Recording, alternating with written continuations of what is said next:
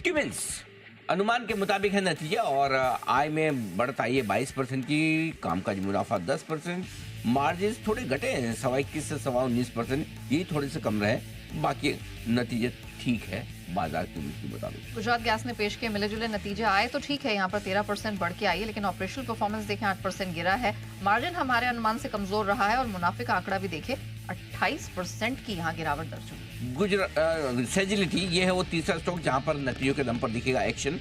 Revenue 15% बढ़कर आया है, लेकिन कामकाजी मुनाफा बढ़ा है 50% और मार्जिन 20 से 27% पहुंचते हुए दिख रहे हैं। मुनाफा 3 गुना होता दिख रहा है कंपनी का। मजबूत नतीजे आरती फार्मा लैब्स ने पेश किए हैं। आय 20% बढ़ी, ऑपरेशनली देखा जाए तो 33% ये तगड़ी हुई है कंपनी।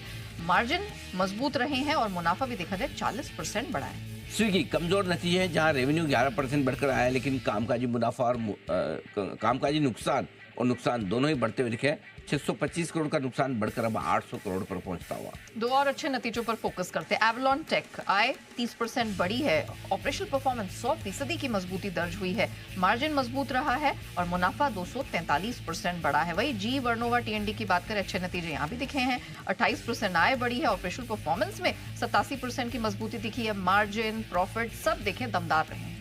मेडी असिस्ट हेल्थ केयर यहाँ पर नंबर्स अच्छे दिख रहे हैं, 12% की ग्रोथ है, रेवेन्यू में 15% कामकाजी मुनाफा बढ़ा है, मार्जिन स्टेबल है, 43% मुनाफा। मजबूत नतीजे रिलायंस पावर ने भी पेश किए हैं। आय यहाँ पर थोड़ी सी घट के जरूर आई है, लेकिन अगर हम ऑपरेशनल परफॉर्मेंस देखें तो लॉस से प्रॉफिट में कंपनी आई है, मार्जिन 26.5% और वंस अगेन प्रॉफिट भी देखा जाए तो 1136 करोड़ के लॉस के सामने 42 करोड़ का मुनाफा रहा। ओके। रेडिंगटन इंडिया इसने भी अच्छे नतीजे पेश किए, 14% बढ़ी है आय, कामकाजी मुनाफा 19% बढ़कर आया है और मुनाफे में 16% की बढ़त। कल स्टॉक्स 6% ऊपर भी था। नजर रखिएगा आईटी स्टॉक्स पर, क्योंकि कॉग्निजेंट ने अपनी चौथी तिमाही के जो नंबर्स पेश किए हैं वो अनुमान से बेहतर रहे हैं और यहाँ पर 2025 के लिए जो गाइडेंस है वो इतनी खराब नहीं कह सकते, मिली जुली है। पूरे साल के लिए 3.5 से 6% की कांस्टेंट करेंसी आय ग्रोथ गाइडेंस मिलकर आई।